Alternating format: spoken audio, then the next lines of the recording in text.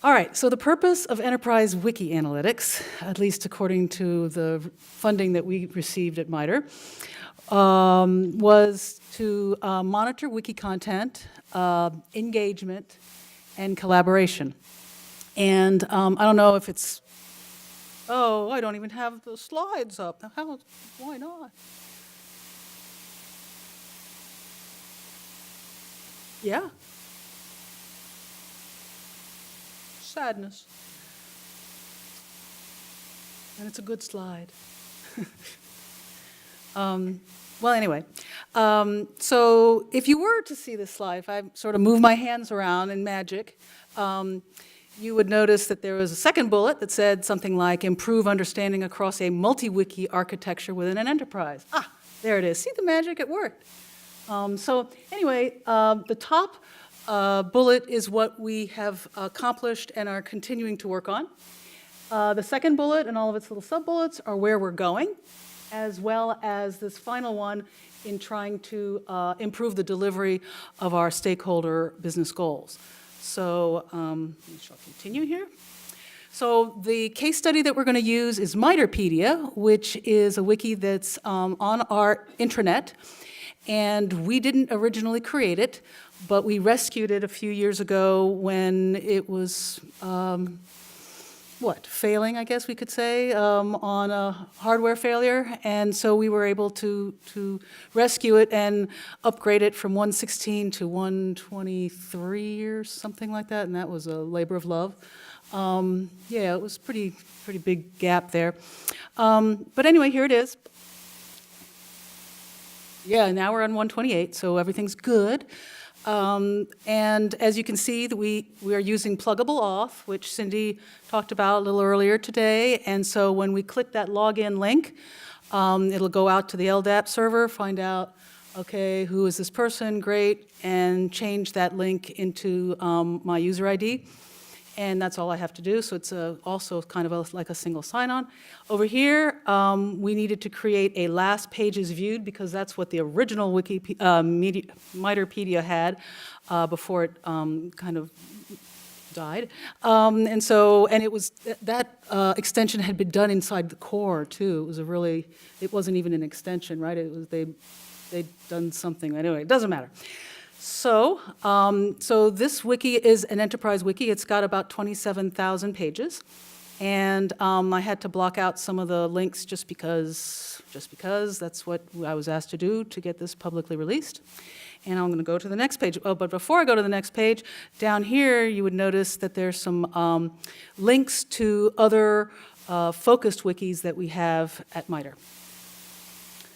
So, content structure. We can use tools that MediaWiki provides, as well as some tools that Semantic MediaWiki can provide, to be able to learn a little bit more about the content structure of a particular wiki.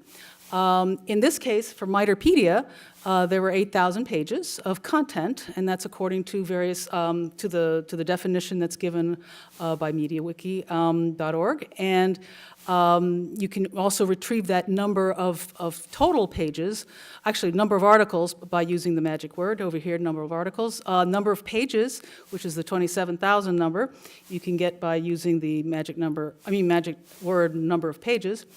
And you can also find out, well, how many of those pages were uploaded files, which ones were icons and images and documents and other things. But what can we really use this information for? And it's usually to compare wikis to other wikis, based on their content size, eventually later on by their structure, and maybe some of their community habits. And we'll see some of the community habits in a minute. One of the Semantic MediaWiki queries that we do using the MediaWiki API is from a central wiki, which we call Gestalt on our intranet. We go and query and find out what the number of pages are for a number of our wikis.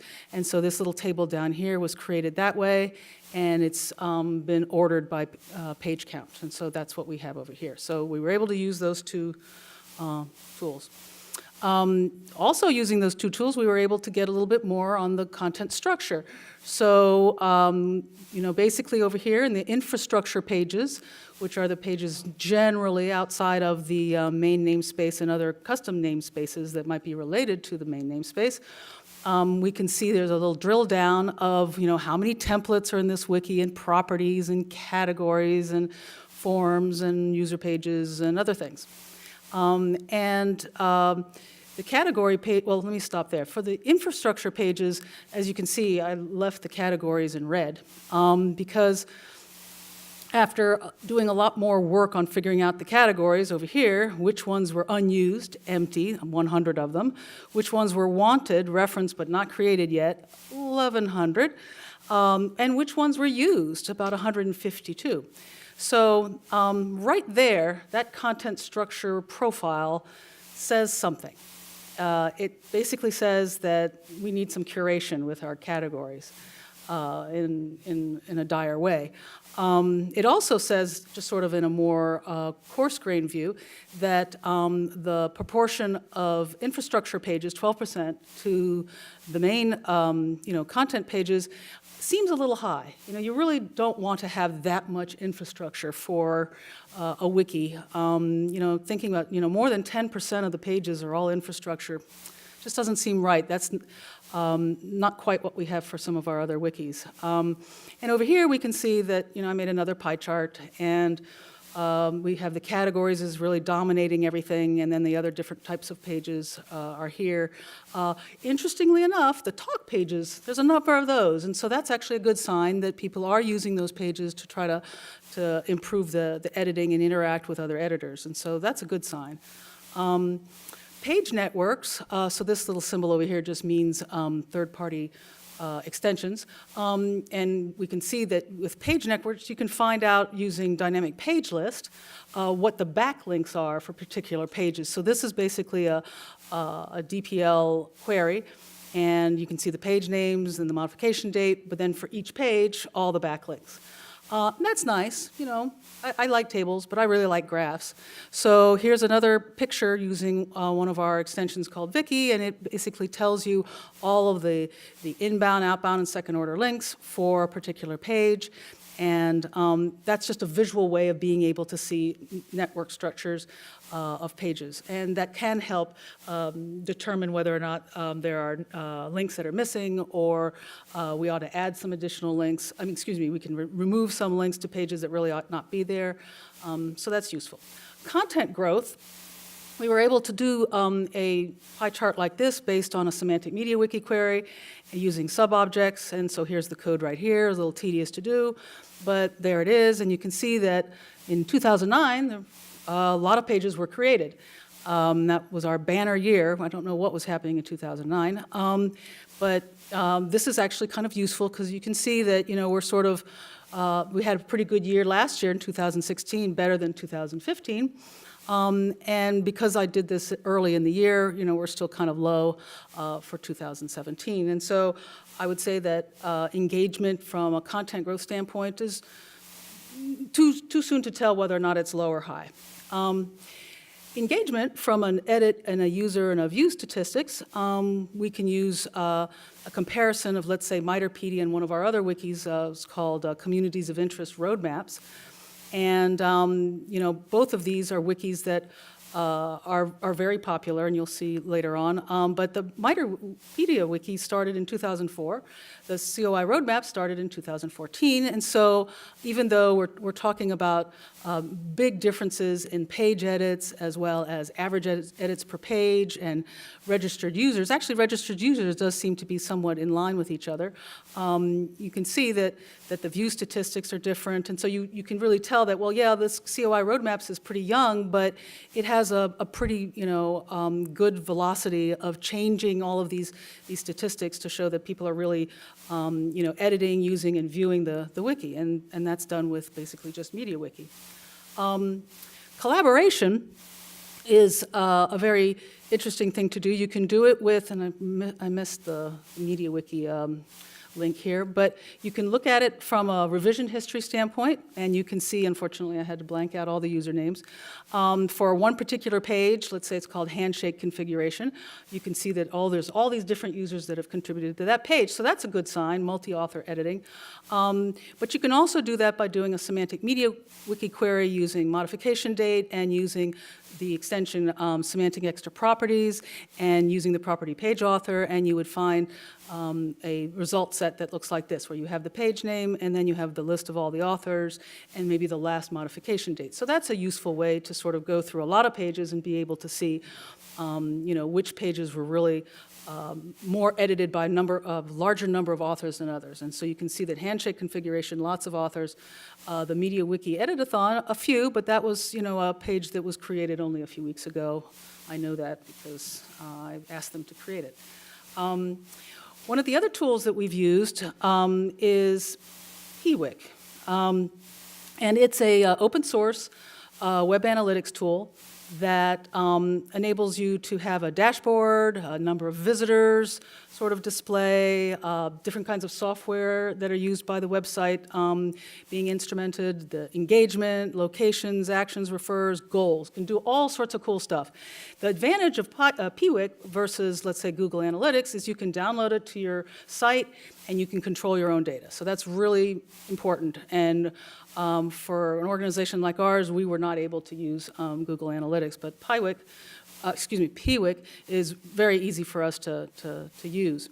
And so I'm going to show you the metrics that were collected by Piwik from 2016, June, to this month, March 2017, and compared to other wikis that we have instrumented in our company.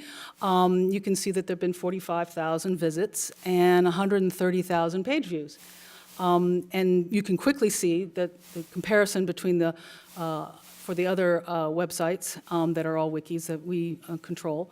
It's very interesting. And a visit is basically the first time a user comes to that page, or if the visitor comes to that page after more than 30 minutes from their last view. And so that's how visits are counted. And actions are things like page views, internal site searches, downloads, things like that. And clicking on outlinks, actually going to another site outside. And so you can compare these numbers over here, a page count, which is really content structure, versus visits and page views, and you're seeing a sort of a different way of looking at the same wikis, but from a different perspective. One of them is really, a static view, and the other one is a much more dynamic view. The dashboard that Piwik gives you is something that looks like this, where you can see the visits over by server time. This is right out of the box, too, which is pretty cool. Evolution over a period of time. You can see the movers and the shakers. That means the pages that are increasingly being viewed versus not being viewed as often. So they're either green or red. The refer websites, the websites from which someone comes to the particular site in question, and different kinds of visitor reports, like the number of visits and the unique visitors, as well as a visitor log. And you can go by user ID if you configure Piwik that way. And so that's pretty cool. The visitor overview, you can expand it, and you can see the evolution of activity over time. The visitor log, you'd be able to go by visit and by user ID, and you can see all the actions that they've taken. And so you can really track what people are doing at what time. And it's really a pretty coarse grain, but still it's a useful thing to know, okay, they came to this page, they saw this page, but it's still pretty coarse grain, and we'll talk about how we can improve that later. Knowing what kind of software the visitor is using, meaning what kind of browser they're using, what kind of operating system, various configurations and browser engines, all of this is right out of the box from Piwik. And engagement is really sort of the frequency that visitors keep coming back to your site. And you can see, the duration of the visit. You can look at the number of pages that they're visiting and the days since they last came. And so this really gives a little bit more understanding of what the user is doing on the site as far as their relationship with that particular site.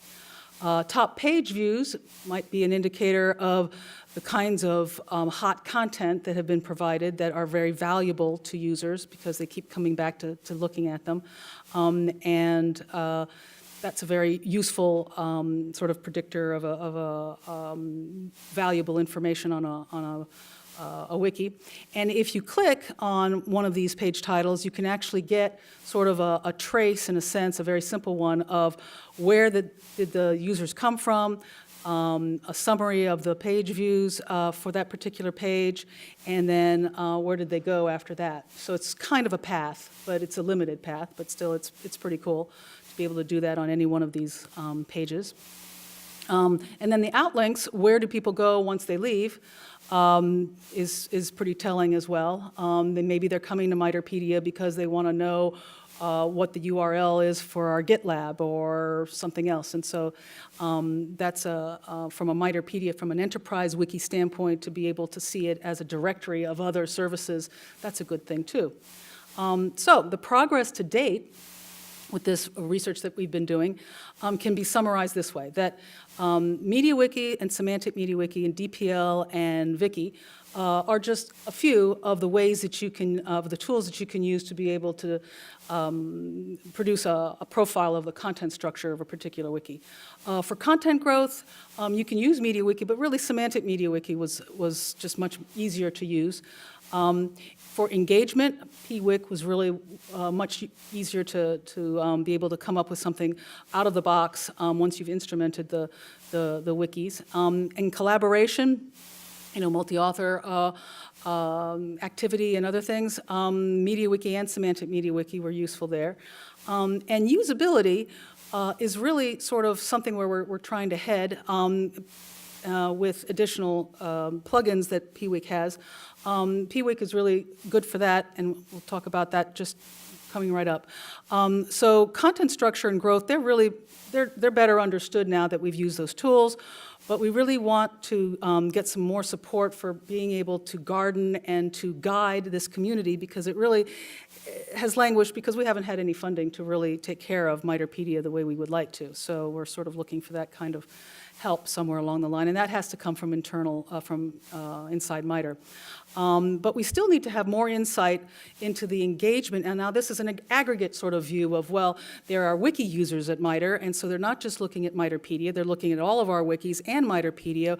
We want to be able to aggregate those things and be able to see a holistic picture of wiki users, and that's sort of where we're going as well. So next steps is to investigate these various plugins, and so in order to look at more detail in engagement and collaboration and usability, a plugin like ClickHeat or Rollup or ClickPath would be useful for us. So ClickPath basically shows a lot more detail, and in fact this is sort of truncated, but the whole ClickPath of someone's visit to a particular wiki. And ClickHeat will show you how long they stayed on a particular part of the page, and so that's really getting into more fine-grained sort of view of what's going on that particular page, not just the fact that they visited the page. So that would help in improving whether or not the button is being used well, or maybe they're using a link or something. It would be able to help the developers of the wiki to be able to improve the usability. And then Rollup would allow us to be able to aggregate all of the different metrics across the wikis and be able to see a more holistic view. Next steps, more next steps as far as usability go, is to be able to actually define a business goal. And that's kind of hard in a knowledge-driven enterprise because web analytics were originally designed for e-commerce, and with e-commerce you have a column called profit or revenue, and we don't really have something like that. But we have usability, perhaps, as a goal, and we can try to define usability in a particularly specific way so that we can track it. So, we have all these definitions for components of goals. We have conversion, which is, well, actually, let's start with goal. It's a result or business objective. And the web analytics metric's called a conversion, and so the conversion is the desired action on a site, and it can be any one of these things. And then you want to rate, you want to improve your rate, the desired actions over the total visits or the unique visits. Then you can have some reports and benchmarks and all sorts of cool stuff. So one example we might posit, for just sake of example, is we might want to have a goal of being able to connect a majority of MITREpedia users quickly and efficiently to information. I had to keep rewriting this goal because I kept adding things like valuable information, important information that, supports the sponsor. That's hard. But to really start at something that's tractable and really, you can measure it, it's something more like this where you can use the metrics that are available. We would probably have to have a better feedback system incorporated into all of our wikis to be able to get those other measures of, well, was this valuable to me for my particular sponsor project, and have little anecdotal stories. And so the click path tracking would probably help us quite a bit, because we might want to define it as, well, for anything greater than or equal to 60% of all the users of MITREpedia, are they able to find information in less than or equal to 3 clicks? And so that's how you can translate this goal of in English to something that's starting to look like something that you can put into a form, in a goal definition form in PyWik, and start tracking that, whether or not you're meeting that. And so these forms that you would use, they look like this down here. These are goal definition forms in PyWik, excuse me. I never really get that right. It's either PyWik or PWik, but anyway. And so our biggest objective on all of this research is really to, adapt these open source web analytics tools to monitor content, engagement, collaboration, and eventually the real objective that we want to reach is to be able to improve our delivery of services. And our services are really the wikis. We want to improve the delivery of these services to be able to achieve knowledge-driven enterprise wiki goals. And so that's sort of our big picture. And in addition to wikis, in order to get this funding, we needed to include more than just wikis. So we had to include work with WordPress and with ELG, which is a Facebook-like thing.